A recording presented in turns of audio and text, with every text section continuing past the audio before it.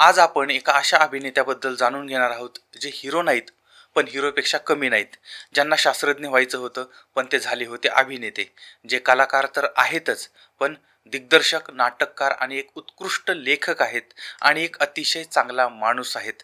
नारबाच्या वाडीमधले ते नारबा आहेत, झपाटलेल्या मधले ते तात्या विंचू आहेत, पछाडलेले मधले ते इनामदार भुसनाळे आहेत आणि श्रीयुत गंगाधर टिपरे अर्थात दिलीप प्रभावळकर. भालचंद्र प्रभावळकर आणि कमल प्रभावळकर हे मुंबईत राहणारं एक सर्वसामान्य कुटुंब आहे. तर यांच्या पोटी 4 ऑगस्ट 1944 रोजी दिलीप प्रभावळकर यांचा जन्म झाला होता. मुंबईतील दादर हाऊसिंग कॉलनी जी आहे त्या भागामध्ये ही मंडळी राहत होती. वडील भालचंद्र प्रभावळकर हे एक उच्च शिक्षित असे गृहस्थ होते आणि त्या काळामध्ये इंग्लिश आणि संस्कृत या 2 विषयामध्ये त्यांनी MA केलेलं होतं आणि गोदरेज कंपनीमध्ये ते कामाला होते. आणि आई कमल ज्या आहेत त्या देखील उच्च शिक्षित होत्या. आता यांना 2 मुलं होती, दिलीप आणि विजय. याच्यामधले दिलीप म्हणजेच दिलीप प्रभावळकर. आता घरामध्ये आईवडील इतके शिकलेले होते, अत्यंत चांगलं वातावरण होतं आणि यामुळे दिलीप सरांना शारदाश्रम विद्यामंदिर जे आहे त्या ठिकाणी प्राथमिक शिक्षणासाठी घातलेलं होतं. आता सुरुवातीपासूनच दिलीप सर जे आहेत ते अत्यंत हुशार होते पण थोडेसे लाजरे बुजरे सुद्धा होते. त्यांची निरीक्षण क्षमता त्या काळामध्ये सुद्धा अत्यंत चांगली होती आणि कमालीची होती. तर शारदाश्रम विद्यामंदिर जे आहे या ठिकाणी त्यांचं शिक्षण 5वी पर्यंत पार पडलं आणि त्यानंतर मग 5वी नंतर शिक्षणासाठी त्यांना छबिलदास लल्लूभाई मुलांचं विद्यालय जे आहे त्या ठिकाणी टाकण्यात आलं होतं. तिथंही त्यांचं शिक्षण चालू होतं. आता ज्या सोसायटीमध्ये ते राहत होते त्या ठिकाणी विविध सण उत्सव साजरे केले जायचे. आता अशातच छोट्या छोट्या नाटिका बसून सोसायटीमध्ये ते कार्यक्रम करायचे. आता त्याच्यामध्ये दिलीप सरांची भूमिका सगळेजण एन्जॉय करत होते आणि गणेशोत्सवामध्ये सुद्धा त्यांनी काही प्रहसन वगैरे लिहिलेली होती आणि ती ते सादर करायचे. म्हणजे अशा पद्धतीनं त्यांच्यामधला लेखक आणि कलाकार जो आहे तो त्याचा प्रवास जो आहे तो अशा पद्धतीनं चालू होता. आता याच दरम्यान वडिलांनी यांना वाचनाची आवड लावलेली होती. वडील वाढदिवसाला आपल्या मुलांना पुस्तकं भेट द्यायचे आणि वडील त्या मुलांकडून ती पुस्तकं वाचून घ्यायचे.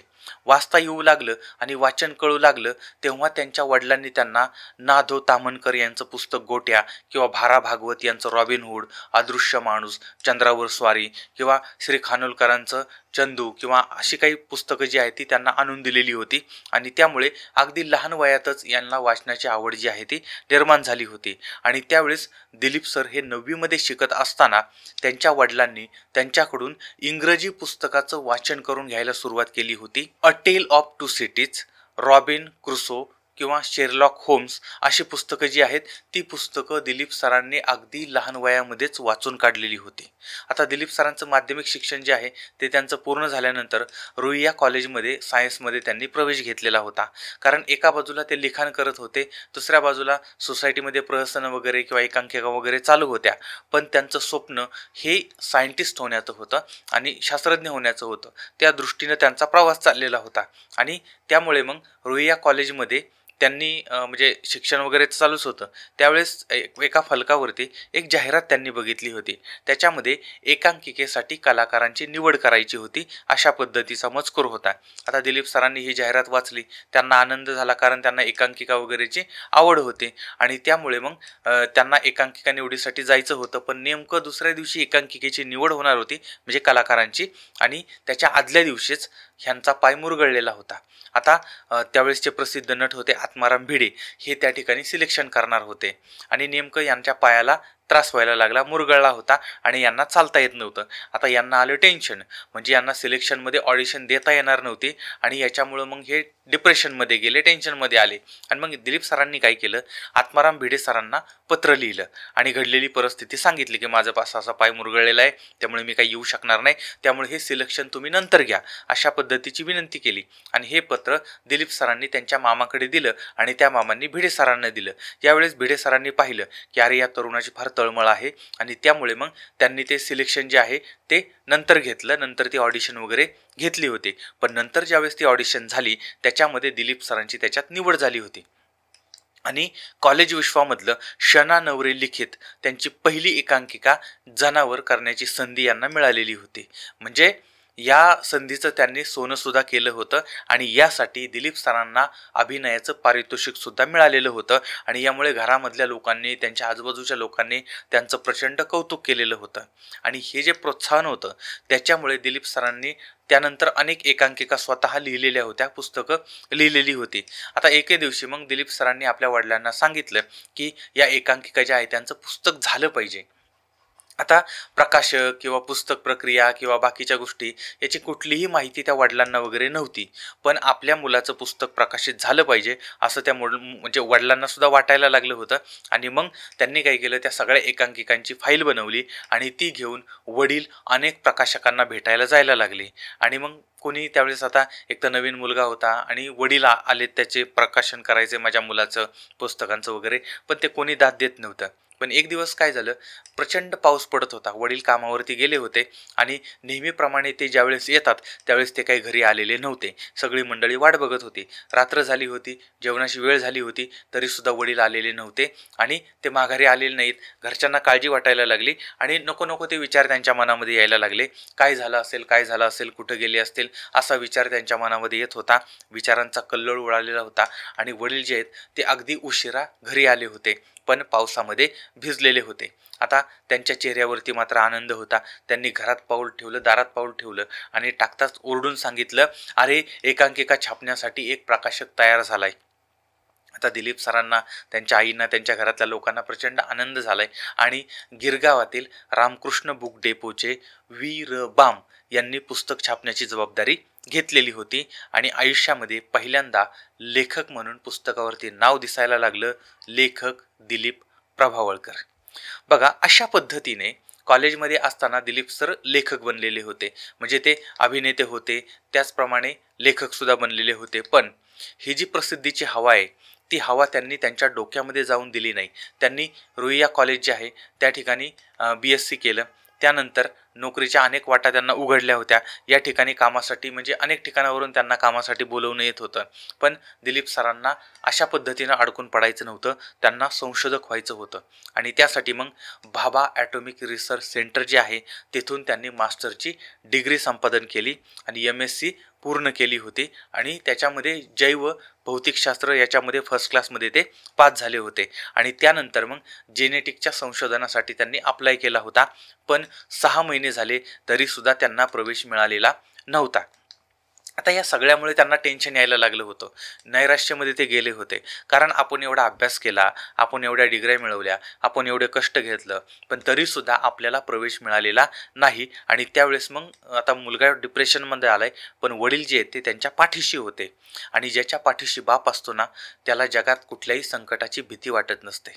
आता यावेळेस वडिलांनी आपल्या मुलाला आधार दिला आणि सांगितलं की तू टेन्शन घेऊ नकोस, मी आहे ना, जोपर्यंत तुला प्रवेश मिळत नाही तोपर्यंत तुला काय आवडतंय, लेखन आवडतंय, तू लेखन कर. अभिनय आवडतो, अभिनय कर. मी कायम तुझ्या बरोबर आहे, मी कायम तुझ्या पाठीशी आहे.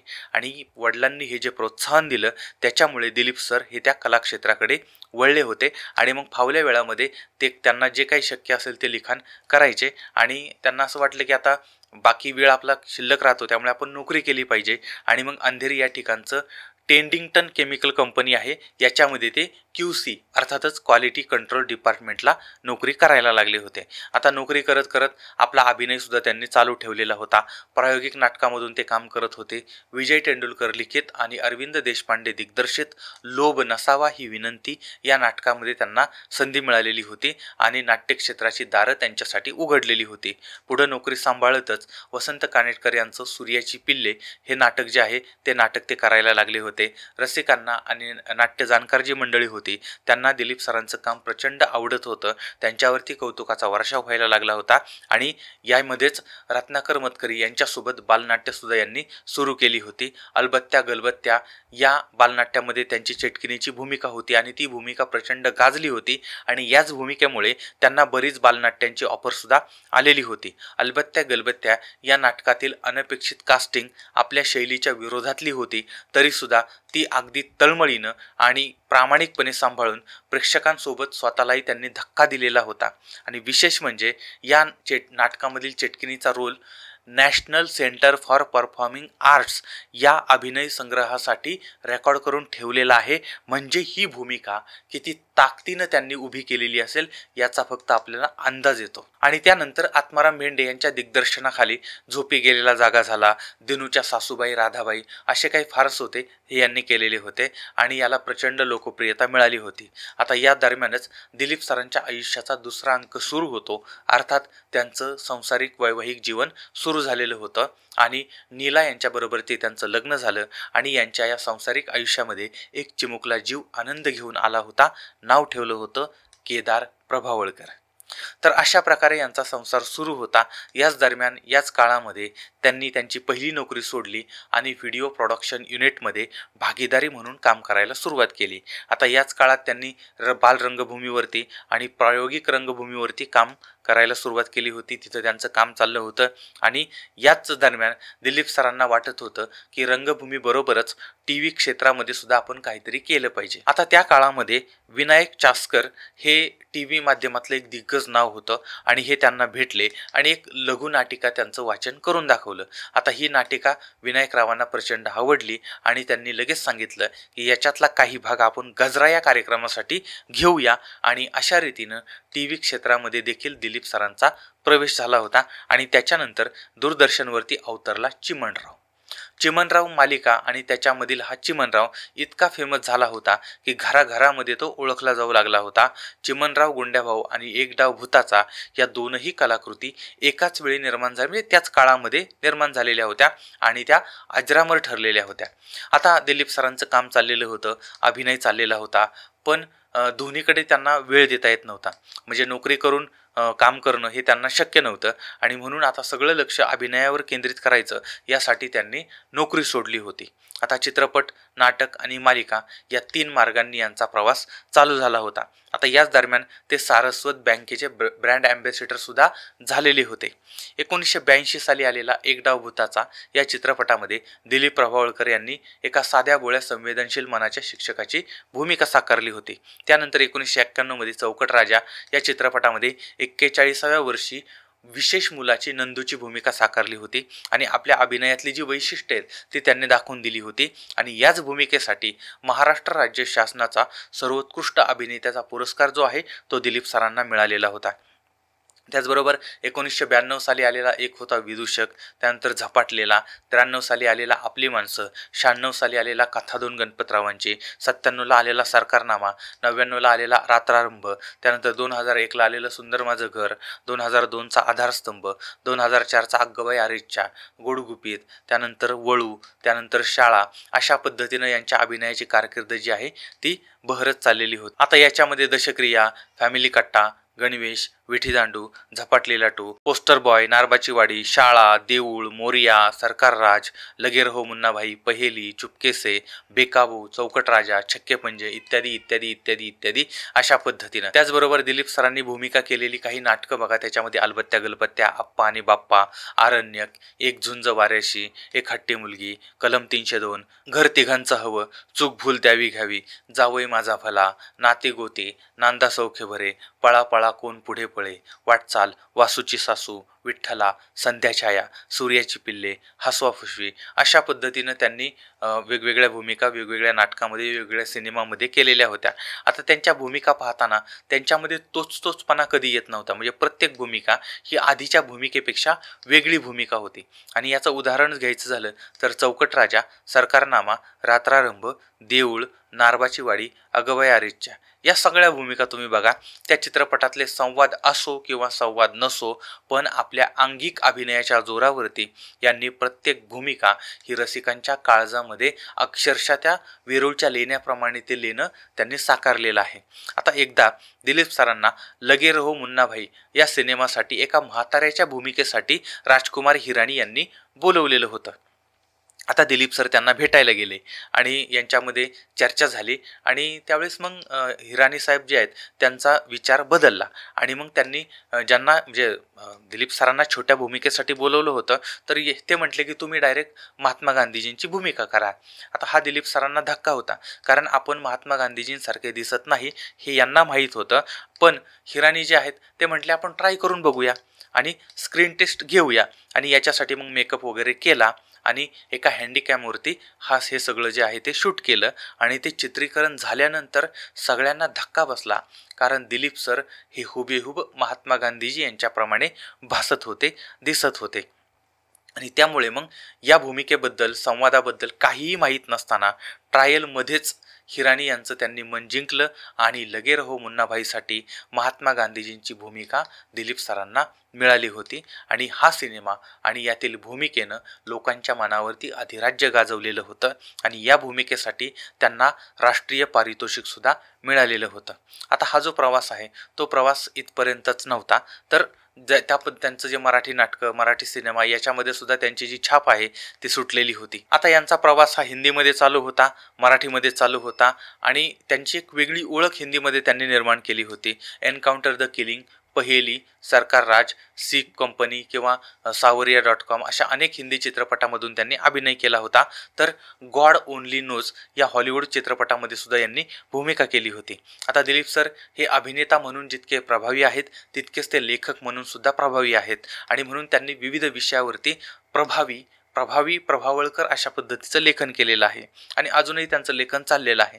त्यांनी लिहिलेल्या पुस्तकांपैकी अनुदिनी, अवतीभोवती, आवाज दिलीप प्रभावळकरांचा, एका खेळियाने, कागदी बाण, गुगली, चूक भूल द्यावी घ्यावी अशा पद्धतीनं त्या पुस्तकं त्यांनी लिहिलेली आहेत. त्याचबरोबर ती एकांकिकामध्ये सुद्धा समोरासमोर, ते आणि त्या, दात दाखवून अवलक्षण, नवी गुगली, बोक्या सातबंडे, हसवा फसवी, मी असा कसा घडलो अशी काही पुस्तकं आहेत. आता दिलीप सरांनी जे कार्य केलं होतं त्या कार्यामुळे त्यांना जे पुरस्कार मिळाले त्याच्यामध्ये आशियाई चित्रपट महोत्सवामध्ये जीवनगौरव पुरस्कार त्यांना मिळाला. महात्मा गांधीजींच्या भूमिकेसाठी त्यांना राष्ट्रीय पुरस्कार मिळालेला होता आणि यासारखे अनेक राष्ट्रीय आणि अनेक राज्य पातळीवरचे पुरस्कार जे आहेत ते त्यांना मिळाले होते आणि दिलीप सरांचा गौरव करण्यात आला होता.